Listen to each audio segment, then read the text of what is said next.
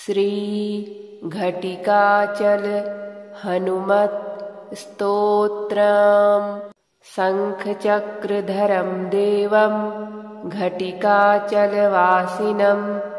योगारूढं ह्याञ्जनेयं वायुपुत्रं नमाम्यहम्।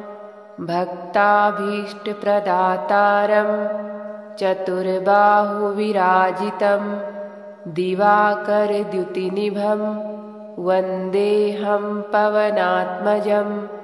कौपीनमेखलासूत्रं स्वर्णकुण्डलमण्डितं लङ्घिताब्धिं रामदूतं नमामि सततं हरिं। दैत्यानां नाशनार्थाय महाकायधरं विभुं गदाधरकरो यस्तं वन्देऽहं मारुतात्मजं।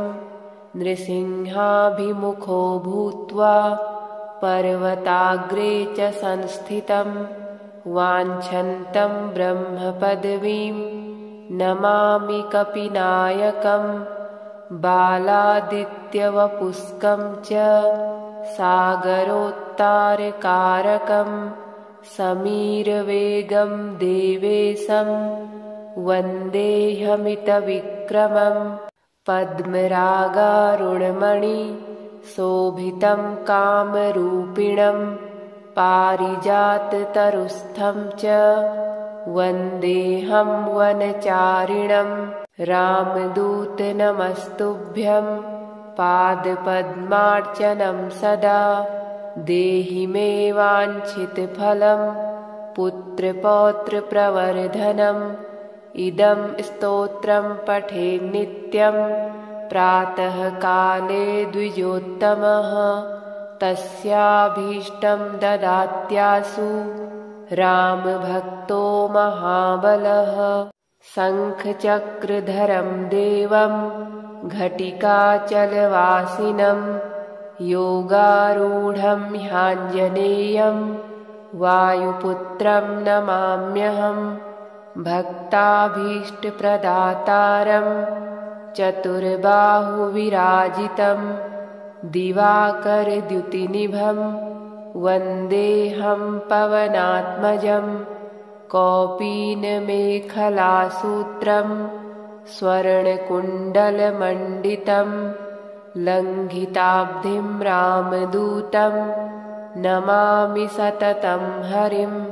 दैत्यानां नाशनार्थाय महाकायधरं विभुं गदाधरकरो यस्तं वन्देऽहं मारुतात्मजं।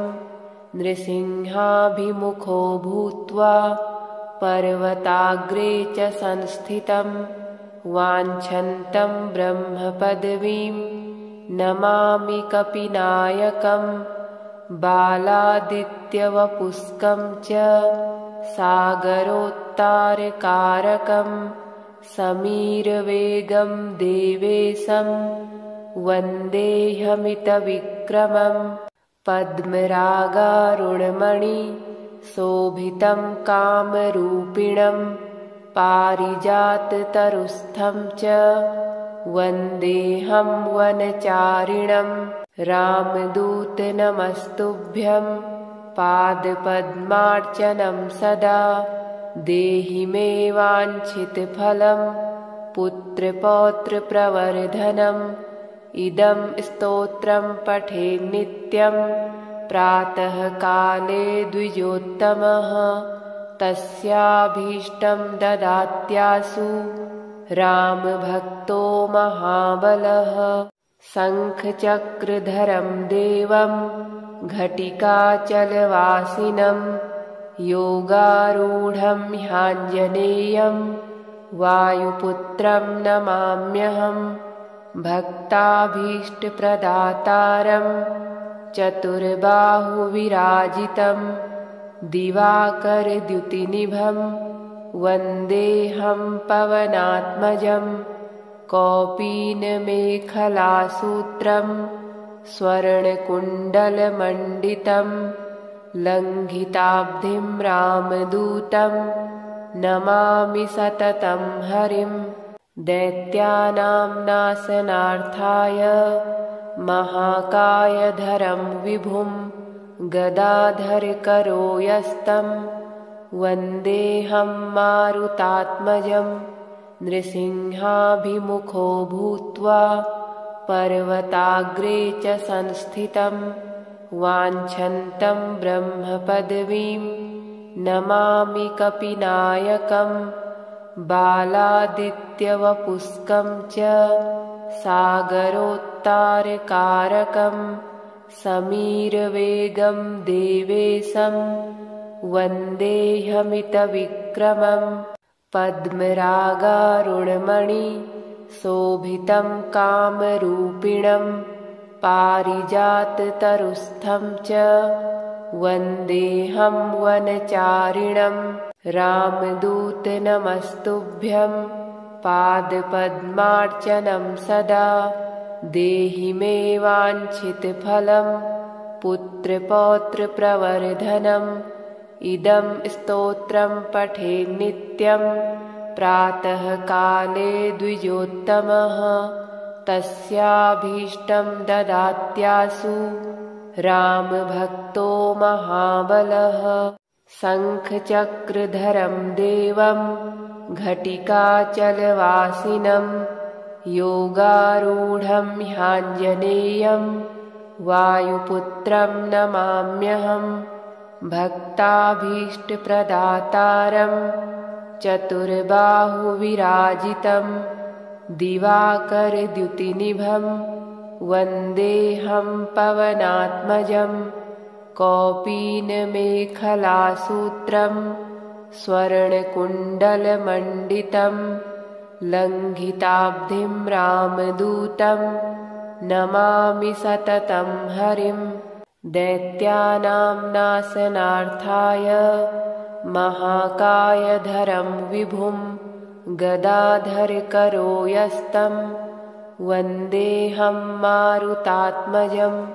नृसिंहाभिमुखो भूत्वा पर्वताग्रे च संस्थितं वाञ्छन्तं ब्रह्मपदवीं नमामि कपिनायकं। बालादित्यवपुष्कं च सागरोत्तारकारकं समीरवेगं देवेशं वन्देऽहमितविक्रमं। पद्मरागारुणमणि शोभितं कामरूपिणं पारिजाततरुस्थं च वन्देऽहं वनचारिणं। रामदूत नमस्तुभ्यं पादपद्मार्चनं सदा देहि मे वाञ्छितफलं पुत्रपौत्रप्रवर्धनम्। इदं स्तोत्रं पठे नित्यं प्रातःकाले द्विजोत्तमः तस्याभीष्टं ददात्यासु रामभक्तो महाबलः। शङ्खचक्रधरं देवं घटिकाचलवासिनं योगारूढं ह्याञ्जनेयं वायुपुत्रं नमाम्यहम्। भक्ताभीष्टप्रदातारं चतुर्बाहुविराजितं दिवाकरद्युतिनिभं वन्देऽहं पवनात्मजं। कौपीनमेखलासूत्रं स्वर्णकुण्डलमण्डितं लङ्घिताब्धिं रामदूतं नमामि सततं हरिं। दैत्यानां नाशनार्थाय महाकायधरं विभुं गदाधरकरो यस्तं वन्देऽहं मारुतात्मजं। नृसिंहाभिमुखो भूत्वा पर्वताग्रे च संस्थितं वाञ्छन्तं ब्रह्मपदवीं नमामि कपिनायकं। बालादित्यवपुष्कं च सागरोत्तारकारकं समीरवेगं देवेशं वन्देऽहमितविक्रमं। पद्मरागारुणमणि शोभितं कामरूपिणं पारिजाततरुस्थं च वन्देऽहं वनचारिणं रामदूतनमस्तुभ्यं पादपद्मार्चनं सदा देहि मे वाञ्छितफलं पुत्रपौत्रप्रवर्धनम् इदं स्तोत्रं पठेन् नित्यं प्रातःकाले द्विजोत्तमः तस्याभीष्टं ददात्यासु रामभक्तो महाबलः शङ्खचक्रधरं देवं घटिकाचलवासिनं योगारूढं ह्याञ्जनेयं वायुपुत्रं नमाम्यहम् भक्ताभीष्टप्रदातारं चतुर्बाहुविराजितं दिवाकरद्युतिनिभं वन्देऽहं पवनात्मजं कौपीनमेखलासूत्रं स्वर्णकुण्डलमण्डितं लङ्घिताब्धिं रामदूतं नमामि सततं हरिम् दैत्यानां नाशनार्थाय महाकायधरं विभुं गदाधरकरो यस्तं वन्देऽहं मारुतात्मजं नृसिंहाभिमुखो भूत्वा पर्वताग्रे च संस्थितं वाञ्छन्तं ब्रह्मपदवीं नमामि कपिनायकम् बालादित्यवपुष्कं च सागरोत्तारकारकं समीरवेगं देवेशं वन्देऽहमितविक्रमं पद्मरागारुणमणि शोभितं कामरूपिणं पारिजाततरुस्थं च वन्देऽहं वनचारिणं रामदूतनमस्तुभ्यं पादपद्मार्चनं सदा देहि मे वाञ्छितफलं पुत्रपौत्रप्रवर्धनम् इदं स्तोत्रं पठेन् नित्यं प्रातःकाले द्विजोत्तमः तस्याभीष्टं ददात्यासु रामभक्तो महाबलः शङ्खचक्रधरं देवं घटिकाचलवासिनं योगारूढं ह्याञ्जनेयं वायुपुत्रं नमाम्यहम् भक्ताभीष्टप्रदातारं चतुर्बाहुविराजितं दिवाकरद्युतिनिभं वन्देऽहं पवनात्मजं कौपीनमेखलासूत्रं स्वर्णकुण्डलमण्डितं लङ्घिताब्धिं रामदूतं नमामि सततं हरिम् दैत्यानां नाशनार्थाय महाकायधरं विभुं गदाधरकरो यस्तं वन्देऽहं मारुतात्मजं नृसिंहाभिमुखो भूत्वा पर्वताग्रे च संस्थितं वाञ्छन्तं ब्रह्मपदवीं नमामि कपिनायकम् बालादित्यवपुष्कं च सागरोत्तारकारकं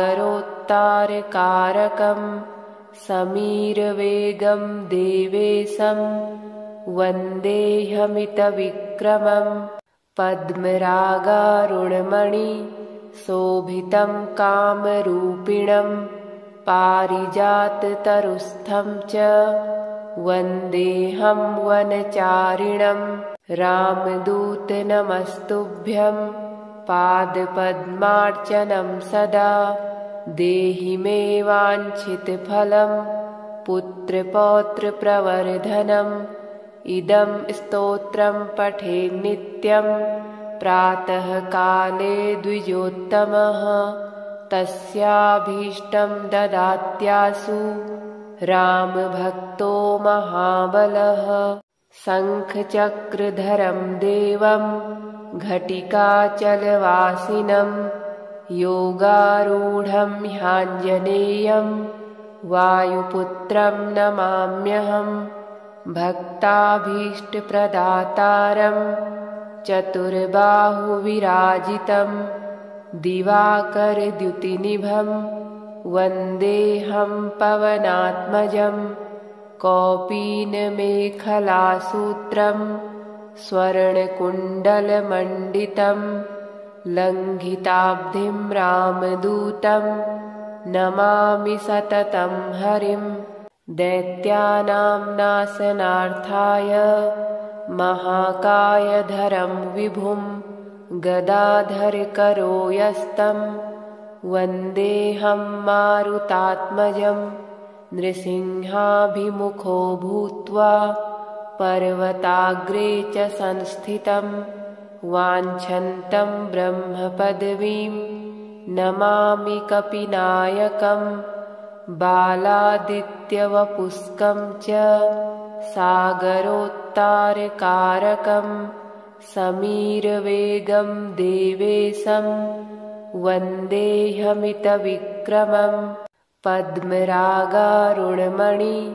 शोभितं कामरूपिणं पारिजाततरुस्थं च वन्देऽहं वनचारिणं रामदूतनमस्तुभ्यं पादपद्मार्चनं सदा देहि मे वाञ्छितफलं पुत्रपौत्रप्रवर्धनम् इदं स्तोत्रं पठेन् नित्यं प्रातःकाले द्विजोत्तमः तस्याभीष्टं ददात्यासु रामभक्तो महाबलः शङ्खचक्रधरं देवं घटिकाचलवासिनं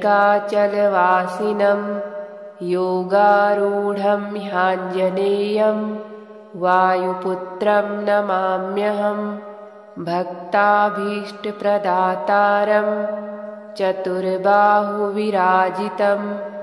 दिवाकरद्युतिनिभं वन्देऽहं पवनात्मजं कौपीनमेखलासूत्रं स्वर्णकुण्डलमण्डितं लङ्घिताब्धिं रामदूतं नमामि सततं हरिं दैत्यानां नाशनार्थाय महाकायधरं विभुं गदाधरकरो यस्तं वन्देऽहं मारुतात्मजं नृसिंहाभिमुखो भूत्वा पर्वताग्रे च संस्थितं वाञ्छन्तं ब्रह्मपदवीं नमामि कपिनायकं बालादित्यवपुष्कं च सागरोत्तारकारकं समीरवेगं देवेशं वन्देऽहमितविक्रमं पद्मरागारुणमणि शोभितं कामरूपिणं पारिजाततरुस्थं च वन्देऽहं वनचारिणं रामदूतनमस्तुभ्यं पादपद्मार्चनं सदा देहि मे वाञ्छितफलं पुत्रपौत्रप्रवर्धनम् इदं स्तोत्रं पठेन् नित्यं प्रातःकाले द्विजोत्तमः तस्याभीष्टं ददात्यासु रामभक्तो महाबलः शङ्खचक्रधरं देवं घटिकाचलवासिनं योगारूढं ह्याञ्जनेयं वायुपुत्रं नमाम्यहं भक्ताभीष्टप्रदातारं चतुर्बाहुविराजितं दिवाकरद्युतिनिभं वन्देऽहं पवनात्मजं कौपीनमेखलासूत्रं स्वर्णकुण्डलमण्डितं लङ्घिताब्धिं रामदूतं नमामि सततं हरिं दैत्यानां नाशनार्थाय महाकायधरं विभुं गदाधरकरो यस्तं वन्देऽहं मारुतात्मजं नृसिंहाभिमुखो भूत्वा पर्वताग्रे च संस्थितं वाञ्छन्तं ब्रह्मपदवीं नमामि कपिनायकं बालादित्यवपुष्कं च सागरोत्तारकारकं समीरवेगं देवेशं वन्देऽहमितविक्रमं पद्मरागारुणमणि शोभितं कामरूपिणं पारिजाततरुस्थं च वन्देऽहं वनचारिणं रामदूत नमस्तुभ्यं पादपद्मार्चनं सदा देहि मे वाञ्छितफलं पुत्रपौत्रप्रवर्धनम् इदं स्तोत्रं पठे नित्यं प्रातःकाले द्विजोत्तमः तस्याभीष्टं ददात्यासु रामभक्तो महाबलः शङ्खचक्रधरं देवं घटिकाचलवासिनं योगारूढं ह्याञ्जनेयं वायुपुत्रं नमाम्यहं भक्ताभीष्टप्रदातारं चतुर्बाहुविराजितं दिवाकरद्युतिनिभं वन्देऽहं पवनात्मजं कौपीनमेखलासूत्रं स्वर्णकुण्डलमण्डितं लङ्घिताब्धिं रामदूतं नमामि सततं हरिं दैत्यानां नाशनार्थाय महाकायधरं विभुं गदाधरकरो यस्तं वन्देऽहं मारुतात्मजं नृसिंहाभिमुखो भूत्वा पर्वताग्रे च संस्थितं वाञ्छन्तं ब्रह्मपदवीं नमामि कपिनायकं बालादित्यवपुष्कं च सागरोत्तारकारकं समीरवेगं देवेशं वन्देऽहमितविक्रमं पद्मरागारुणमणि शोभितं कामरूपिणं पारिजाततरुस्थं च वन्देऽहं वनचारिणं रामदूत नमस्तुभ्यं पादपद्मार्चनं सदा देहि मे वाञ्छितफलं पुत्रपौत्रप्रवर्धनम् इदं स्तोत्रं पठे नित्यं प्रातःकाले द्विजोत्तमः तस्याभीष्टं ददात्यासु रामभक्तो महाबलः शङ्खचक्रधरं देवं घटिकाचलवासिनं योगारूढं ह्याञ्जनेयं वायुपुत्रं नमाम्यहं भक्ताभीष्टप्रदातारं चतुर्बाहुविराजितं दिवाकरद्युतिनिभं वन्देऽहं पवनात्मजं कौपीनमेखलासूत्रं स्वर्णकुण्डलमण्डितं लङ्घिताब्धिं रामदूतं नमामि सततं हरिं दैत्यानां नाशनार्थाय महाकायधरं विभुं गदाधरकरो यस्तं वन्देऽहं मारुतात्मजं नृसिंहाभिमुखो भूत्वा पर्वताग्रे च संस्थितं वाञ्छन्तं ब्रह्मपदवीं नमामि कपिनायकं बालादित्यवपुष्कं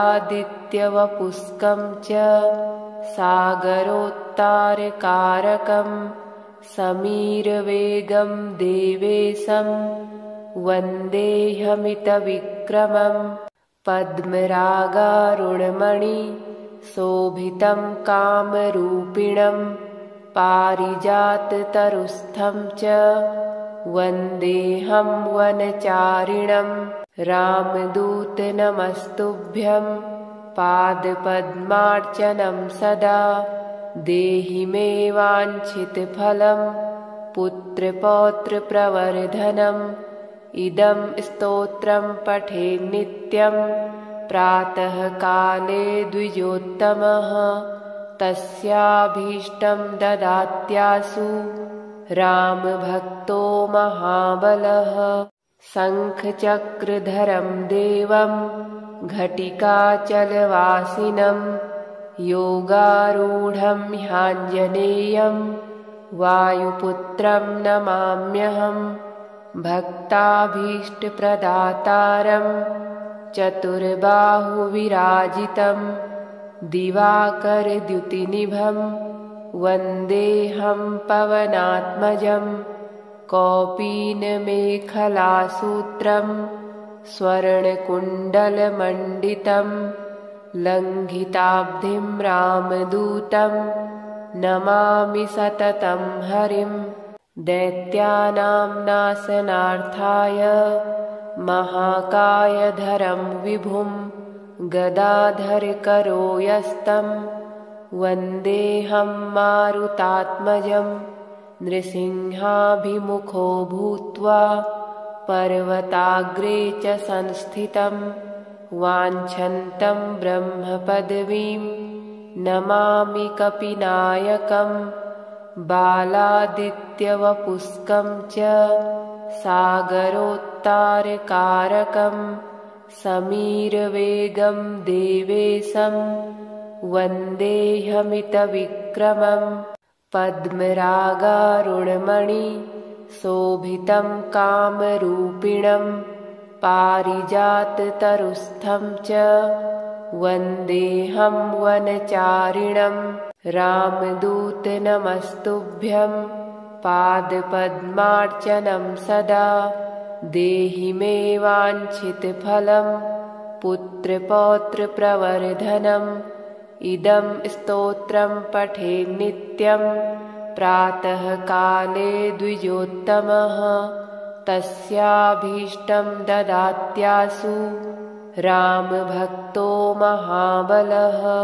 शङ्खचक्रधरं देवं घटिकाचलवासिनं योगारूढं ह्याञ्जनेयं वायुपुत्रं नमाम्यहम् भक्ताभीष्टप्रदातारं चतुर्बाहुविराजितं दिवाकरद्युतिनिभं वन्देऽहं पवनात्मजं कौपीनमेखलासूत्रं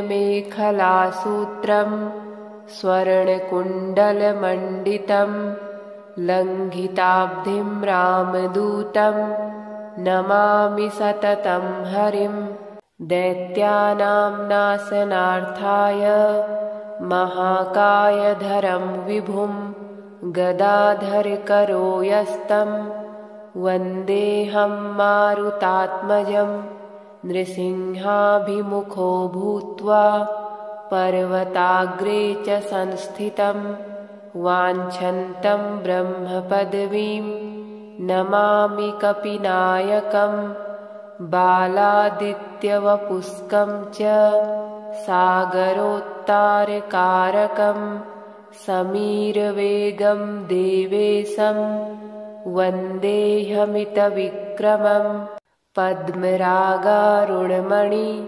शोभितं कामरूपिणं पारिजाततरुस्थं च वन्देऽहं वनचारिणं रामदूतनमस्तुभ्यं पादपद्मार्चनं सदा देहि मे वाञ्छितफलं पुत्रपौत्रप्रवर्धनम् इदं स्तोत्रं पठेन् नित्यं प्रातःकाले द्विजोत्तमः तस्याभीष्टं ददात्यासु रामभक्तो महाबलः।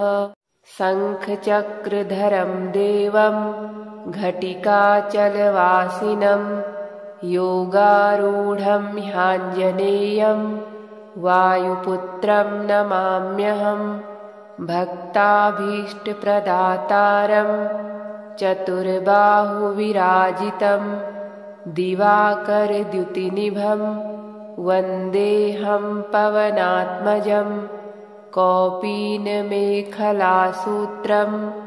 स्वर्णकुण्डलमण्डितं लङ्घिताब्धिं रामदूतं नमामि सततं हरिं दैत्यानां नाशनार्थाय महाकायधरं विभुं गदाधरकरो यस्तं वन्देऽहं मारुतात्मजं नृसिंहाभिमुखो भूत्वा पर्वताग्रे च संस्थितं वाञ्छन्तं ब्रह्मपदवीं नमामि कपिनायकं बालादित्यवपुष्कं च सागरोत्तारकारकं समीरवेगं देवेशं वन्देऽहमितविक्रमं पद्मरागारुणमणि शोभितं कामरूपिणं पारिजाततरुस्थं च वन्देऽहं वनचारिणं रामदूतनमस्तुभ्यं पादपद्मार्चनं सदा देहि मे वाञ्छितफलं पुत्रपौत्रप्रवर्धनम् इदं स्तोत्रं पठेन् नित्यं प्रातःकाले द्विजोत्तमः तस्याभीष्टं ददात्यासु रामभक्तो महाबलः शङ्खचक्रधरं देवं घटिकाचलवासिनं योगारूढं ह्याञ्जनेयं वायुपुत्रं नमाम्यहं भक्ताभीष्टप्रदातारं चतुर्बाहुविराजितं दिवाकरद्युतिनिभं वन्देऽहं पवनात्मजं कौपीनमेखलासूत्रं स्वर्णकुण्डलमण्डितं लङ्घिताब्धिं रामदूतं नमामि सततं हरिं दैत्यानां नाशनार्थाय महाकायधरं विभुं गदाधरकरो यस्तं वन्देऽहं मारुतात्मजं नृसिंहाभिमुखो भूत्वा पर्वताग्रे च संस्थितं वाञ्छन्तं ब्रह्मपदवीं नमामि कपिनायकं बालादित्यवपुष्कं च सागरोत्तारकारकं समीरवेगं देवेशं वन्देऽहमितविक्रमं पद्मरागारुणमणि शोभितं कामरूपिणं पारिजाततरुस्थं च वन्देऽहं वनचारिणं रामदूतनमस्तुभ्यं पादपद्मार्चनं सदा देहि मे वाञ्छितफलं पुत्रपौत्रप्रवर्धनम् इदं स्तोत्रं पठेन् नित्यं प्रातःकाले द्विजोत्तमः तस्याभीष्टं ददात्यासु रामभक्तो महाबलः शङ्खचक्रधरं देवं घटिकाचलवासिनं योगारूढं ह्याञ्जनेयं वायुपुत्रं नमाम्यहं भक्ताभीष्टप्रदातारं चतुर्बाहुविराजितं दिवाकरद्युतिनिभं वन्देऽहं पवनात्मजं कौपीनमेखलासूत्रं स्वर्णकुण्डलमण्डितं लङ्घिताब्धिं रामदूतं नमामि सततं हरिं दैत्यानां नाशनार्थाय महाकायधरं विभुं गदाधरकरो यस्तं वन्देऽहं मारुतात्मजं नृसिंहाभिमुखो भूत्वा पर्वताग्रे च संस्थितं वाञ्छन्तं ब्रह्मपदवीं नमामि कपिनायकं बालादित्यवपुष्कं च सागरोत्तारकारकं समीरवेगं देवेशं वन्देऽहमितविक्रमं पद्मरागारुणमणि शोभितं कामरूपिणं पारिजाततरुस्थं च वन्देऽहं वनचारिणं रामदूत पादपद्मार्चनं सदा देहि मे वाञ्छितफलं पुत्रपौत्रप्रवर्धनम् इदं स्तोत्रं पठे नित्यं प्रातःकाले द्विजोत्तमः तस्याभीष्टं ददात्यासु रामभक्तो महाबलः शङ्खचक्रधरं देवं घटिकाचलवासिनं योगारूढं ह्याञ्जनेयं वायुपुत्रं नमाम्यहं भक्ताभीष्टप्रदातारं चतुर्बाहुविराजितं दिवाकरद्युतिनिभं वन्देऽहं पवनात्मजं कौपीनमेखलासूत्रं स्वर्णकुण्डलमण्डितं लङ्घिताब्धिं रामदूतं नमामि सततं हरिं दैत्यानां नाशनार्थाय महाकायधरं विभुं गदाधरकरो यस्तं वन्देऽहं मारुतात्मजं नृसिंहाभिमुखो भूत्वा पर्वताग्रे च संस्थितं वाञ्छन्तं ब्रह्मपदवीं नमामि कपिनायकं बालादित्यवपुष्कं च सागरोत्तारकारकं समीरवेगं देवेशं वन्देऽहमितविक्रमं पद्मरागारुणमणि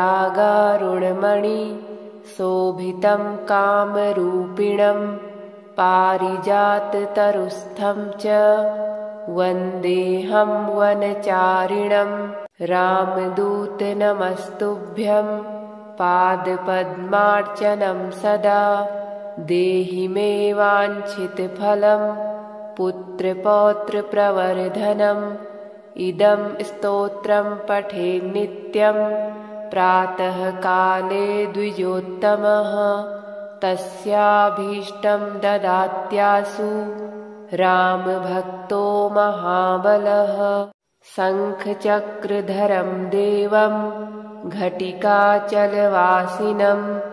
योगारूढं ह्याञ्जनेयं वायुपुत्रं नमाम्यहं भक्ताभीष्टप्रदातारं चतुर्बाहुविराजितं दिवाकरद्युतिनिभं वन्देऽहं पवनात्मजं कौपीनमेखलासूत्रं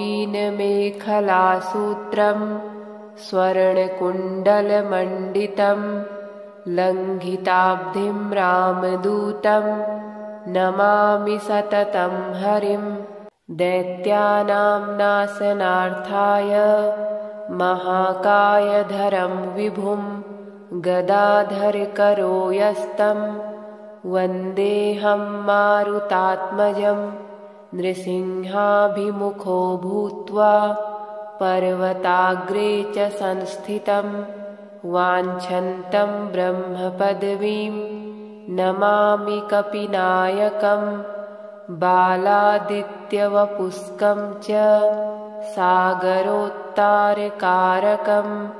समीरवेगं देवेशं वन्देऽहमितविक्रमं पद्मरागारुणमणि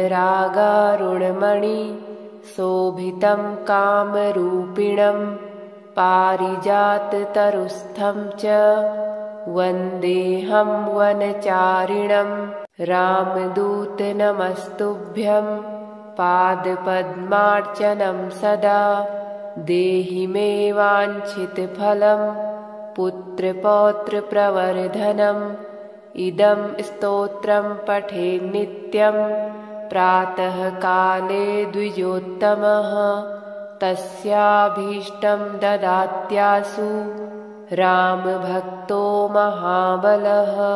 शङ्खचक्रधरं देवं घटिकाचलवासिनं योगारूढं ह्याञ्जनेयं वायुपुत्रं नमाम्यहम् भक्ताभीष्टप्रदातारं चतुर्बाहुविराजितं दिवाकरद्युतिनिभं वन्देऽहं पवनात्मजं कौपीनमेखलासूत्रं स्वर्णकुण्डलमण्डितं लङ्घिताब्धिं रामदूतं नमामि सततं हरिं। दैत्यानां नाशनार्थाय महाकायधरं विभुं गदाधरकरो यस्तं वन्देऽहं मारुतात्मजं नृसिंहाभिमुखो भूत्वा पर्वताग्रे च संस्थितं वाञ्छन्तं ब्रह्मपदवीं नमामि कपिनायकं बालादित्यवपुष्कं च सागरोत्तारकारकं समीरवेगं देवेशं वन्देऽहमितविक्रमं पद्मरागारुणमणि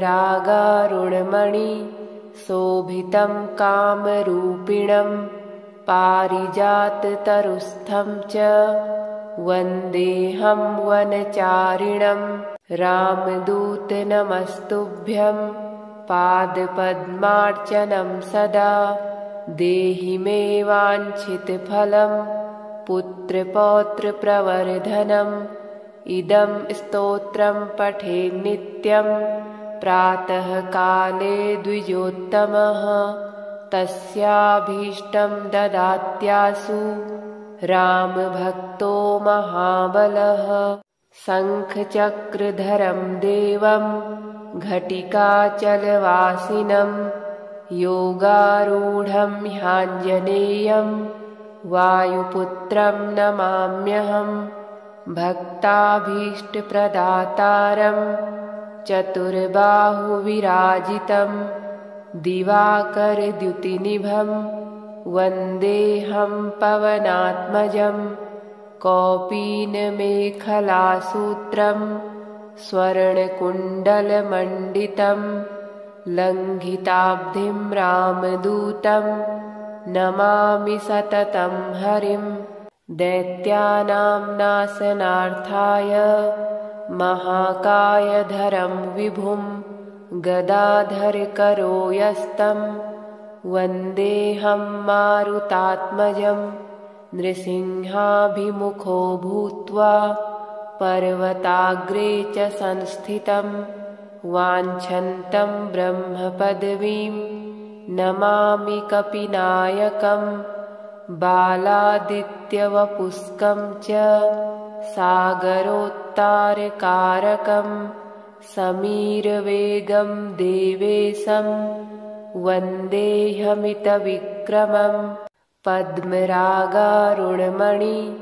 शोभितं कामरूपिणं पारिजाततरुस्थं च वन्देऽहं वनचारिणं रामदूत नमस्तुभ्यं पादपद्मार्चनं सदा देहि मे वाञ्छितफलं पुत्रपौत्रप्रवर्धनम् इदं स्तोत्रं पठेन् नित्यं प्रातःकाले द्विजोत्तमः तस्याभीष्टं ददात्यासु रामभक्तो महाबलः।